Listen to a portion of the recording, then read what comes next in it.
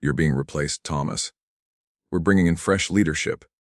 Those words, delivered with a corporate grin, marked the end of my 9-year run as general manager of the Grand Crest Hotel in Miami. My name is David Langford, and at 51, I'd spent the better part of a decade turning a decent hotel into a 5-star sanctuary trusted by dignitaries, celebrities, and global brands. But that didn't matter anymore. Across from me sat Martin Hale, the regional director, with his usual plastic smile. Standing behind him was Brandon Ellis, 28, fresh MBA, shiny resume, and half my salary. Martin slid a severance folder across my desk. 2 weeks' notice, standard legalese. Nothing personal, just cost efficiency. What made it sting was the timing. The Champions League final was just 2 weeks away. Our hotel wasn't in London, but we were the designated overflow location for VIP guests, media crews, UEFA officials, and executives who couldn't get rooms overseas. "The transition should be smooth," Martin added, gesturing toward Brandon. "He's managed high-volume properties before." I nearly laughed. Managing a tourist hotel in Orlando during spring break wasn't the same as coordinating security logistics and special requests for heads of state. But I just nodded. "What day do you need me out?" I asked. "Friday would be ideal." I glanced at my computer. 3 reservation alerts blinked red. Brandon had no idea what was coming. By the time I finished packing up my office, it was Thursday afternoon. I'd spent 3 long days sorting through files, turning over vendor contacts, and answering Brandon's endless stream of questions. He was polite enough, scribbling everything into a spiral notebook like a college intern. Except he never once asked about the reservation system. That silence told me all I needed to know. For the past year and a half, that system had been hanging by a thread. The corporate IT department had rolled out a software upgrade that was supposed to streamline our bookings, sync with travel platforms like Expedia and Hotels.com, and make guest management easier. Instead, it did the opposite. Double-booked rooms, disappearing confirmations, VP suites listed as unavailable even when they were wide open. After escalating it to Martin Hale at least a dozen times, I got the same answer every time: "Work with what we have, David. New software isn't in the budget." So, I taught myself basic coding. I stayed up weekends writing a workaround script that ran at 6 a.m. every day, syncing our internal database with third-party platforms and flagging phantom bookings. It wasn't elegant, but it worked. The system looked fine to corporate, because I was keeping it that way behind the scenes. But when I walked out of that hotel for the last time, I didn't take the script with me. I simply turned it off. The countdown had begun. Brandon had no idea that within 72 hours, the system would revert to its glitch-ridden defaults. The first signs would be subtle: rooms that showed as unavailable when they weren't, guest confirmations that mysteriously disappeared. But when 200 VP guests started showing up for the Champions League overflow, the whole thing would come apart like a frayed rope. That wasn't my problem anymore. The Grand Crest had been more than a job to me. After my wife Carol passed away from cancer 4 years earlier, the hotel became my entire life. I worked 60-hour weeks. I skipped holidays. I answered emergency calls at 300 a.m. I didn't just manage a hotel. I held the entire operation together with both hands and sheer willpower. In those 9 years, I'd overseen 3 presidential visits, managed security for half a dozen celebrities, and built personal relationships with every travel agent and tour operator that brought us business. I knew which vendors delivered early, which guests needed feather pillows, and which executive would only eat wild-caught salmon. No farmed. None of that mattered now. Not to Martin, not to Brandon. To them, I was just another high-salary line item that could be replaced with someone cheaper and younger. As I sat in the parking lot one last time, watching the lobby staff bustle around through the front windows, I thought about telling Brandon everything. The script, the sync issues, the critical timing. But I didn't. Because they'd already made their choice, and choices come with consequences. Friday morning, I brewed a fresh pot of coffee and sat on my porch for the first time in years. No spreadsheets, no morning meetings, no fire drills. Just the breeze, a newspaper, and the occasional text from Elena, my former assistant manager, who'd worked beside me for 6 of those 9 years. She was worried. "Brandon seems nice, but he doesn't realize how fragile the system is," she'd said on my last day. "He'll figure it out," I told her, even though I knew better. See, Martin Hale had a pattern. I'd watched it play out in Tampa, then Jacksonville, then Orlando. He'd bring in experienced managers like me to clean up messy operations, build guest loyalty, and boost revenue. Once the hotel hit its stride, he'd fire them to reduce costs and bring in MBA rookies who didn't know the difference between linen vendors and linen colors. In those other cities, the properties ran on relatively stable systems. Here in Miami, I had been the stability. My script had been the invisible duct tape holding everything together. And now it was gone. That evening, as the sun dipped over Biscayne Bay, I got my first phone call. Elena. David, I hate to ask, but we've got a serious issue with the VIP bookings for next week. The system shows 43 VIP suites booked, but we only have 31. Did anyone run the manual sync? I asked. Brandon doesn't know how. Of course he didn't. Corporate never trained him on it, and he never bothered to ask me. Well, I sighed, you'll need to go line by line. Cross-reference confirmations. Check for duplicate entries. Do it manually. Brandon says I'm overreacting. He says the system just looks off. That's when I knew the chaos had already begun. But I didn't drive down there. I didn't offer to come in. Because if I did, it wouldn't just be a one-day fix. I'd be roped right back into the same grind, the same underappreciated role, covering for their mistakes while they cashed the checks. I'd spent nearly a decade building someone else's legacy. Maybe it was time to build my own. The call came on Tuesday morning, 5 days after I'd handed in my badge and walked away from the Royale Vista Hotel for good. I was standing in my kitchen, savoring a rare quiet morning and the first cup of coffee I hadn't had to rush through in nearly a decade, when Elena's name lit up my phone. Her voice cracked with stress. Calvin, I'm sorry to bother you, but we've got a major issue with the Champions League reservations. I leaned against the counter, already knowing where this was headed. How bad? There are 43 VIP suites booked for the same dates, but we only have 31.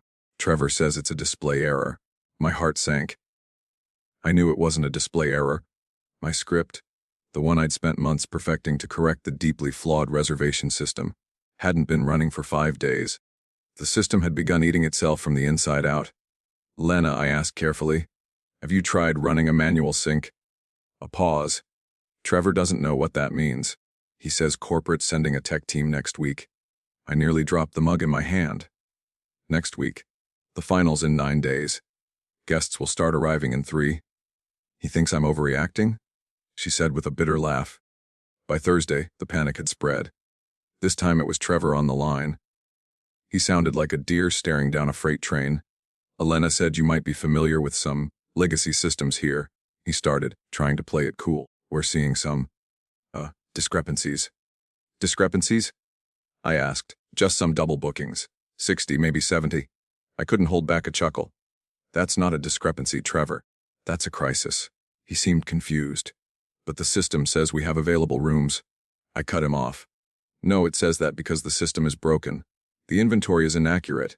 I was fixing it manually, every day. That script you ignored. It kept this whole operation together. Long silence. So how do I fix it? He finally asked, his voice small. You'd need to manually check every single reservation, verify duplicates, confirm with third-party platforms, and realign room assignments. It'll take at least 40 hours, assuming you even know what you're looking for. There was a beat of stunned silence, and then, the guests start arriving tomorrow. That's not my problem anymore, Trevor. I hung up. By Friday morning, the fallout had begun. I was organizing tools in my garage when the doorbell rang. Mason Clark, looking like he hadn't slept in 2 days, stood there in a rumpled suit, sweat beading at his brow.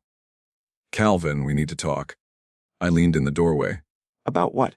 You know what? The hotel's in crisis mode.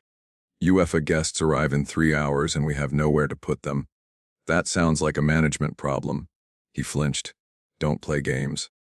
Elena said you knew about the system issues and didn't report them properly. I reported them for 18 months, Mason. You told me to make do. I fixed them on my own time for free. This is sabotage. I actually laughed. No. This is the absence of sabotage. What you had was me preventing disasters. You removed the prevention. Fix it. I'm not your employee. I'll rehire you. Temporary. Full salary. I could almost see the dollar sign spinning in his head, calculating what it would cost him personally if UEFA pulled their partnership. No thanks. Be reasonable. This affects innocent people. Guests. Staff. I sighed. You should have thought of that before replacing experience with a spreadsheet. When he threatened to call corporate and accuse me of withholding information, I reminded him, politely, that my severance agreement came with a non-disparagement clause, which protected both of us. I also made it clear I had no intention of returning, not for salary, not for guilt, and certainly not for Mason's peace of mind. By that afternoon, the story had gone viral. The Miami Herald ran the headline, "VIP Hotel Disaster Leaves Champions League Guest Stranded." A photo showed the hotel lobby packed with angry guests clutching suitcases and cell phones. The article quoted UEFA officials, corporate sponsors, and even a German broadcaster, all condemning the hotel's failure. Buried in the sixth paragraph, the crisis comes just 2 weeks after longtime general manager Calvin Rhodes was replaced by a younger, cost-effective hire. That line hit harder than I expected. Trevor quit that same morning, walked out at 7:00 a.m., said he was in over his head. Mason called again, this time with a sweeter tone. Consulting contract, remote. 6 months, triple your old salary. That got my attention. Not because of the money, but the control. Remote meant freedom. Consulting meant authority without being tied to their chaos. I read the terms carefully. Upfront payment, total discretion on how to fix the systems, and no requirement to be physically present beyond quarterly reviews. Before I agreed, I called Elena. "How bad is it?" I asked. "We're still housing people in the conference room. Corporate flew in crisis teams. But Calvin, we lost more than UEFA. 3 major clients canceled their annual events. 2 weddings moved to other venues. The damage isn't just this weekend, it's long-term." That confirmed what I suspected. Reputational damage in hospitality spreads like wildfire. Travel agents talk, event planners talk. Corporate buyers remember failure more than success. I spent the rest of that Sunday calling my network. Event managers, luxury travel agents, international planners. The message was unanimous: the hotel was radioactive. But there was a glimmer of hope. "If you were involved," one planner told me, "we might consider booking again, but only if you were overseeing it." Monday morning, I called Mason. "I'll accept the consulting contract, with conditions." "What kind?" "I work from outside Florida.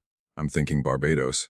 I have final say in general manager hires, and all client communication goes through me directly. You want my reputation, you play by my rules." He hesitated, but agreed. I'd gone from discarded middle management to the only person who could save their sinking ship. And this time I was calling the shots. For the first time in years, I had leverage, and I intended to use it wisely. The new contract came through that evening, a neatly formatted PDF with digital signature blocks. As promised, it was a 6-month consulting agreement at 3 times my previous salary, with clear stipulations. I would operate fully remote from my new residence, have sole authority to manage system operations and guest services infrastructure, and could select or remove key personnel as needed. No meetings unless I called them. No more red tape. No more middlemen. I signed it over coffee the next morning, sitting on the wraparound deck of a rental cottage in Barbados, overlooking a beach so quiet you could hear seashells shift with the tide. The irony didn't escape me. 9 years in Miami's pressure cooker, and all it took was 5 days of chaos for corporate to realize I wasn't just another expense. I had been the firewall. I got to work immediately. First, I reinstated my old script and expanded it.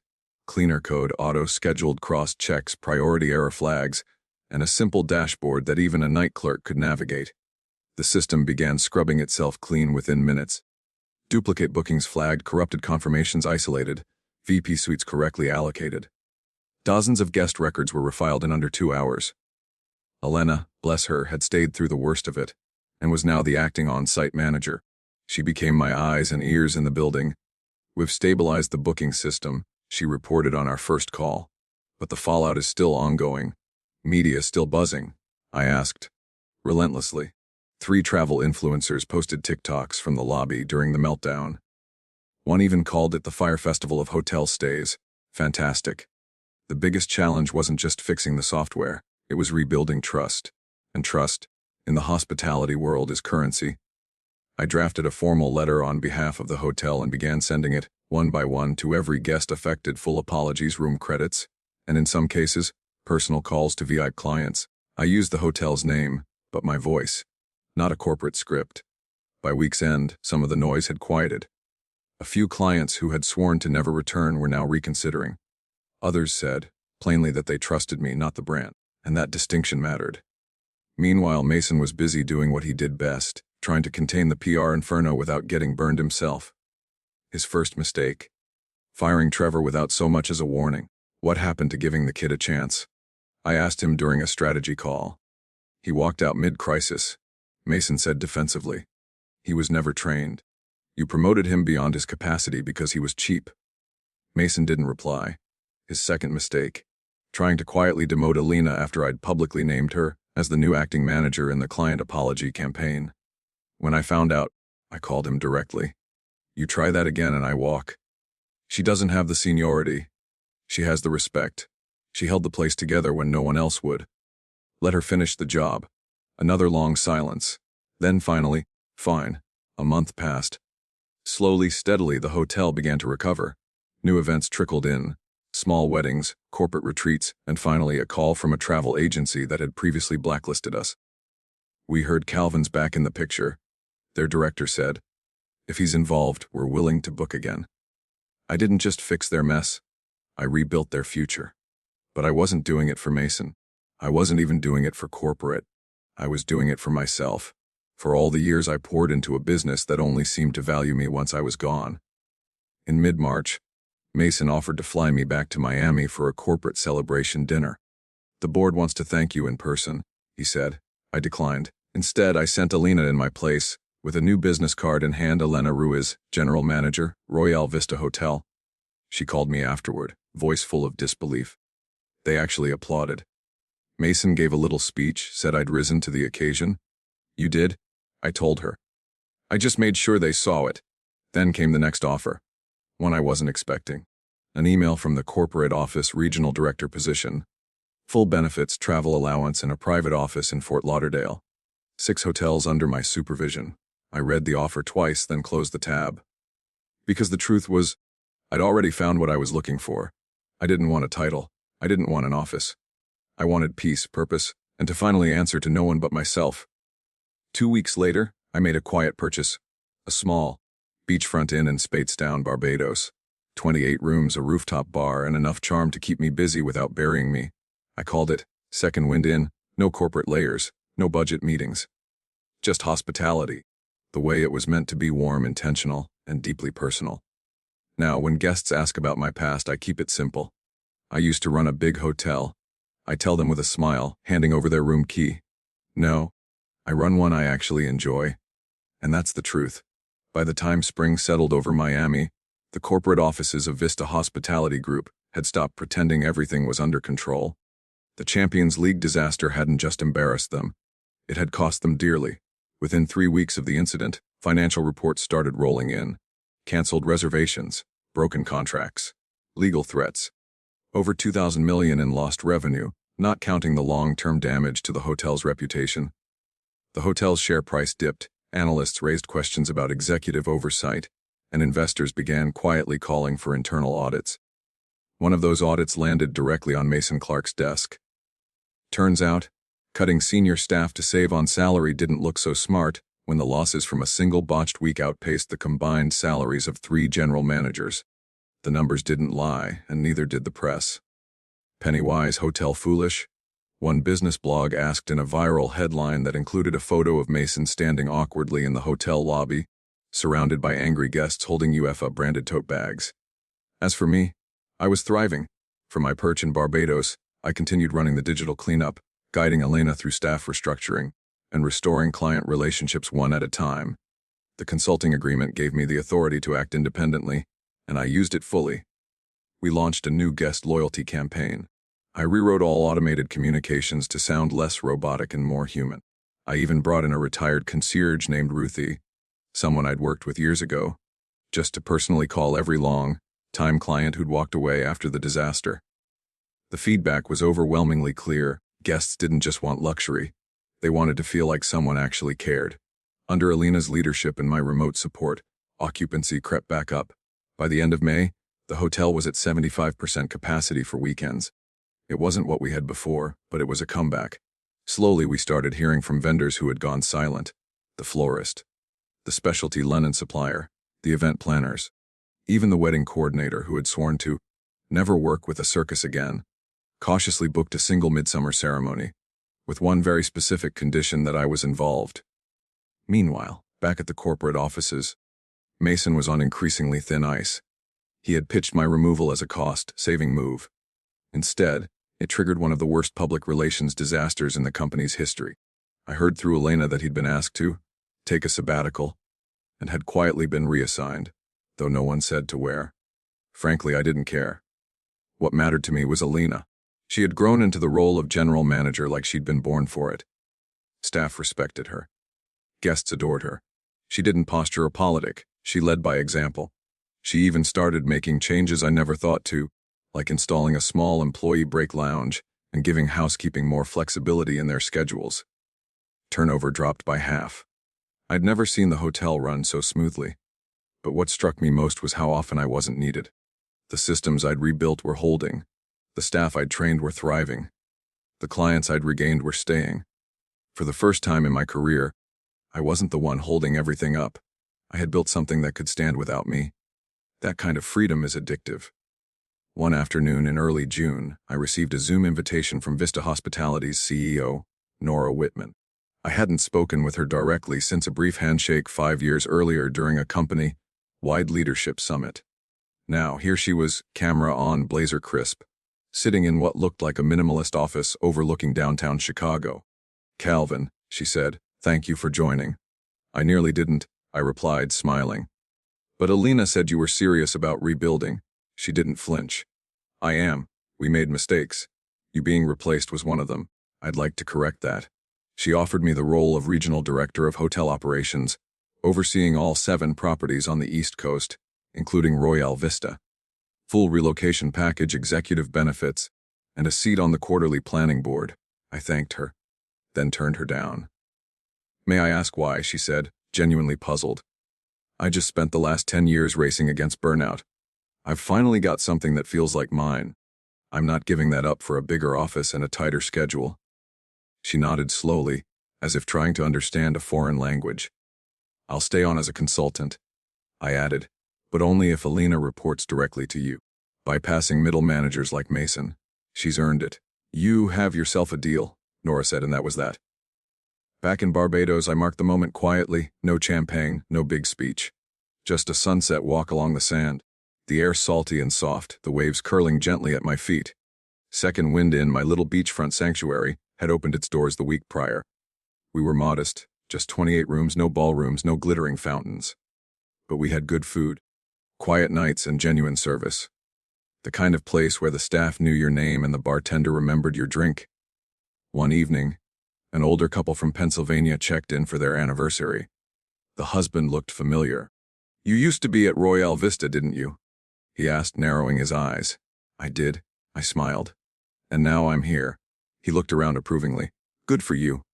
A few weeks later, I stood barefoot on the back deck of Second Wind Inn, watching the sunrise bleed orange across the ocean. The waves moved slow and steady, like they had all the time in the world. My phone buzzed. It was Elena, again, but this time, not for help. Just a photo. Her team all smiles, standing in front of the newly renovated front desk with a handwritten sign, "Welcome back, Champions League guests." They'd done it. Without me. And I couldn't have been prouder, you know. We spend so much of our lives holding things together for other people. Our families, our jobs, our responsibilities. But sometimes the most powerful thing we can do is let go and trust that what we built will stand. That's the real lesson here. Not revenge, not even redemption. But release, letting go of what doesn't serve you anymore. Walking away when you've earned your peace. And realizing that your worth was never tied to a title. It was always in what you quietly made possible. So if you've ever been pushed aside, undervalued, or told you were replaceable, this story's for you. Drop a comment if you've ever walked away stronger than they expected. And don't forget to subscribe for more stories about resilience, legacy, and the quiet power of experience.